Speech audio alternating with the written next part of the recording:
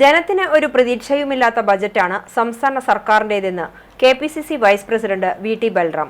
ഓങ്ങല്ലൂർ കോൺഗ്രസ് സംഘടിപ്പിച്ച വി.കെ. ഇമ്പിച്ചി മുഹമ്മദ് അനുസ്മരണ സമ്മേളനം ഉദ്ഘാടനം ചെയ്ത് സംസാരിക്കുകയായിരുന്നു വി.ടി. ബൽറാം. ബജറ്റിലൂടെ പ്രഖ്യാപിക്കപ്പെട്ട തുക എത്ര ശതമാനമാണ് പഞ്ചായത്തുകൾക്ക് കിട്ടിയത് എന്ന് ചോദിച്ചാൽ ജനപ്രതിനിധികൾ അടക്കം ഈ വേദിയിലടക്കമുണ്ട്. ഒന്നാം ഗഡു കിട്ടി, രണ്ടാം ഗഡു സെപ്റ്റംബർ മാസത്തിലൊക്കെ നൽകേണ്ടത് ജനുവരി മാസത്തിലാണ് നൽകുന്നത്. ജനുവരി മാസത്തിൽ നൽകുന്നു എന്നുള്ള പ്രഖ്യാപനം ഗവൺമെന്റ് പുറപ്പെടുവിച്ചു. അതിന്റെ തൊട്ട് പിന്നാലെ മറ്റൊരു പ്രഖ്യാപനം കൂടി, 1 ലക്ഷത്തിൽ കൂടുതലുള്ള ചെക്കൊന്നും മാറാൻ പാടില്ല.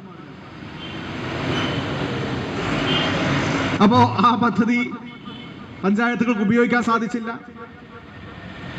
അങ്ങനെ ബജറ്റുകൾക്ക് യഥാർത്ഥത്തിൽ അർത്ഥം നഷ്ടപ്പെടുകയാണ്, പ്രസക്തി നഷ്ടപ്പെടുകയാണ്.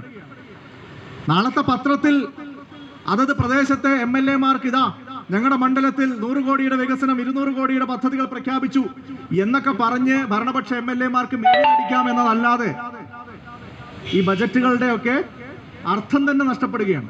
ജനങ്ങൾക്ക് പ്രതീക്ഷയില്ലാത്തൊരു ബജറ്റാണ് LDF സർക്കാരിന്റേതെന്നും ബജറ്റുകളുടെ പ്രസക്തി നഷ്ടപ്പെടുകയാണെന്നും KPCC vice president VT. Balram പറഞ്ഞു.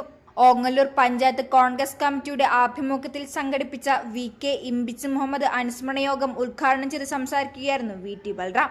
2025 അവസാനത്തിൽ കേരളത്തിൽ കാണാൻ ആഗ്രഹിക്കുന്ന വലിയ മാറ്റങ്ങളുടെ ഒരു തെരഞ്ഞെടുപ്പിലേക്ക് കടക്കാൻ പോകുകയാണെന്നും വി.ടി. ബൽറാം പറഞ്ഞു. പൊതുപ്രവർത്തനത്തിന്റെ പേരിൽ ഒരുപാട് സമ്പത്ത് നശിപ്പിച്ച ആളാണ് വി.കെ. ഇമ്പിച്ചി മുഹമ്മദ്. എന്നാലും കോൺഗ്രസ് പ്രസ്ഥാനത്തെ അതിരിട്ട് സ്നേഹിച്ചിരുന്നതായും പി.കെ. ഇമ്പിച്ചി മുഹമ്മദിനെ അനുസ്മരിച്ച് വി.ടി. ബൽറാം പറഞ്ഞു. ഓങ്ങല്ലൂർ സെന്ററിൽ നടന്ന അനുസ്മരണ യോഗത്തിൽ ഓങ്ങല്ലൂർ മണ്ഡലം കോൺഗ്രസ് പ്രസിഡന്റ് ഇ.പി. യൂസഫ് അധ്യക്ഷത വഹിച്ചു. മുൻ MLA CP മുഹമ്മദ് അനുസ്മരണ പ്രഭാഷണം നടത്തി.